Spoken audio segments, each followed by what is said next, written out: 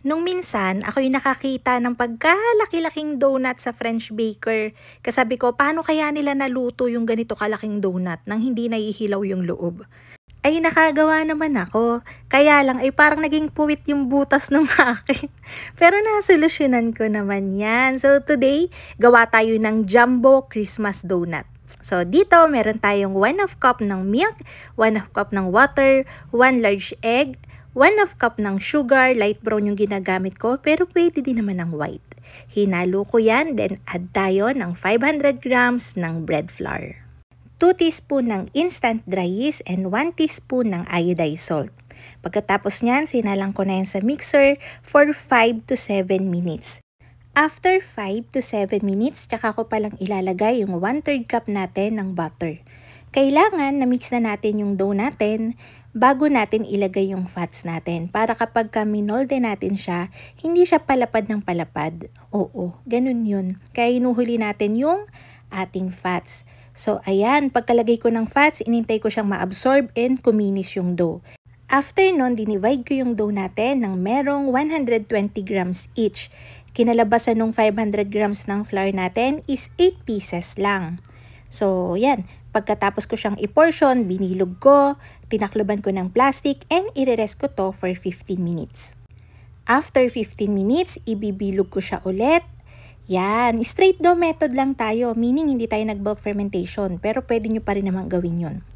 Pagkabilog ko sa kanya ng mahigpit, sinisil ko talaga yung ilalim para hindi siya bubuka kapag nakat na natin. Yan, dapat seal na seal.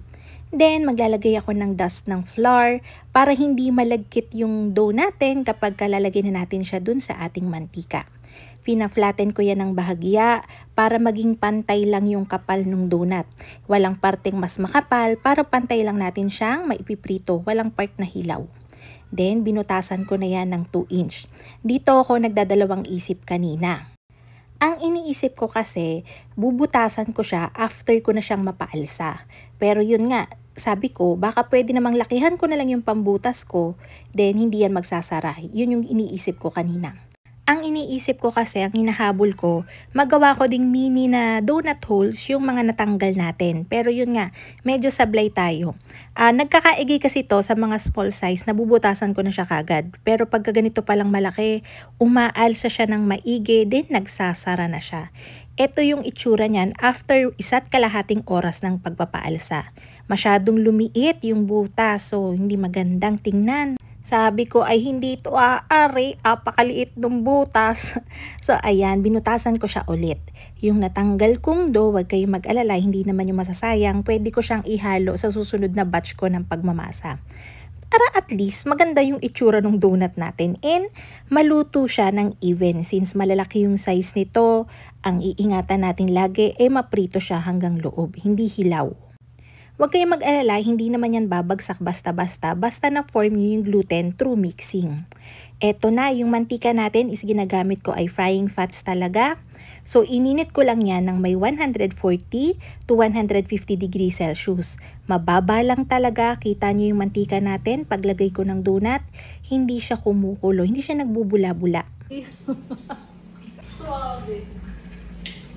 Pero syempre, kapag nasawsaw mo yung daliri mo, ay mainit pa din yan. So, ayan, ganyan lang yung kulay na ina-achieve natin. Hindi masyadong brown, kahit malalaki yung donut natin. Isang palatandaan natin, kapag naluto yung loob ng donut natin, hindi na mabigat yung donut kapag kainahon. Yan. Kapag kahilaw yan, usually, nagkukulubot yan, nagsishrink siya. Kahit papano naman, palagay ko ay pwede ko pang lakihan sa susunod. Kasi mas malaki sa French baker yung nakita ko. Feeling ko nasa 200 grams yun. So, ang gusto kong gawin ngayon, since magpapasko na, gagawa ako ng parang pang Christmas donut. Gusto kong gumawa ng Christmas tree tapos yung mga pangsabit ay donut. So, gagamit tayo dyan ng white chocolate ng Van Noten Professionals. Tuturuan ko kayo dito kung paano magkulay ng chocolate.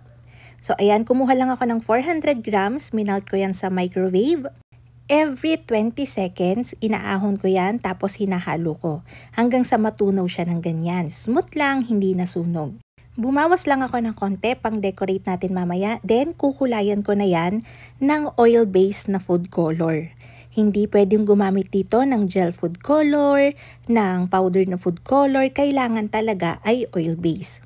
Yung pag-a-add ng water, ng milk sa chocolate, nag-iiba na kasi yung texture, nawawala na yung shine ng chocolate, and kapag nag-set siya, iba na kaysa sa purong chocolate. Kaya eto, magte-test tayo para makita nyo lang kung ano nangyayari sa white chocolate kapag nag-add kayo ng gel food color. So pag hinalo natin yan, hindi nagko-combine ng maayos yung gel food color, so hindi nagiging matingkad yung kulay. And kapag nag-set yan, grainy yung texture, hindi siya nagdi-drip katulad nung kinulayan natin ng oil base. Kapag ka maliliit na donut naman yung ginagawa ko, usually pinapanipis ko yung chocolate para hindi makapal yung coating niya. Kasi pag makapal yung coating, pag maliit yung donut mo, masyado nang matamis yun. Doon ako nag-a-add ng cocoa butter substitute. Pwede naman ng ibang oil, pero kapase pagka cocoa butter substitute yung ginamit mo, nagsiset pa din siya na parang chocolate. Gagawa tayo yun next. Pag gagawa naman kayo ng flavored na chocolate coating sa donut nyo, kailangan nyo naman gumawa doon ng ganache. Pero yung ganache nyo, mababa lang yung ratio ng cream para magsiset pa rin siya kahit papano. Okay? Papaliwanag ko rin yun sa inyo yun later. At dahil malapit nang mag-set yung chocolate coating ko, hindi na ako dyan makakapag-decorate yung iba-ibang decoration ng mga white chocolate. Kaya ganyan ko na lang. Pasok pa din naman siya pang Christmas theme. So, ganyan lang. Ang chocolate compound, may halo na kasi talaga siyang oil. Ang kagandahan lang sa Van Houten Professionals, quality yung oil na ginagamit nila sa chocolate nila. Kaya ang ganda ng shine at finish ng chocolate coating natin sa donut. At para mapakita sa inyo na kahit malaki yan, luto ang loob. Ayan. So, ayun ang mga kalutong tinapay. Sana'y nagustuhan niyo ating video for today. Magkita-kita tayong muli. Ito pong muli ang lutong tinapay. Bye-bye!